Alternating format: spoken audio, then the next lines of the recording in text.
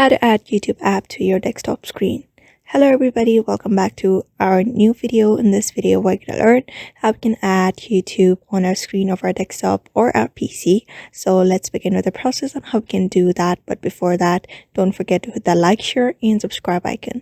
So if you're wondering how you can add the YouTube app onto your PC, head over to the Chrome browser. After that, simply open up YouTube onto your screen.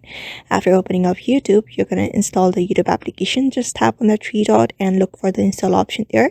If you can't find the install option there, you can find it beside the search bar automatically. Just click on it and you'll be finding install option there. Just click on install and wait for the installation to be completed. After the installation is completed, it may take a while. After the installation is completed, just close the app and it will automatically be displayed on your desktop very easily. You just don't need to do anything after that, after the installation is complete. So that's how you basically download YouTube and paste it on your desktop screen. So I hope this video was helpful to you and thank you for watching this video.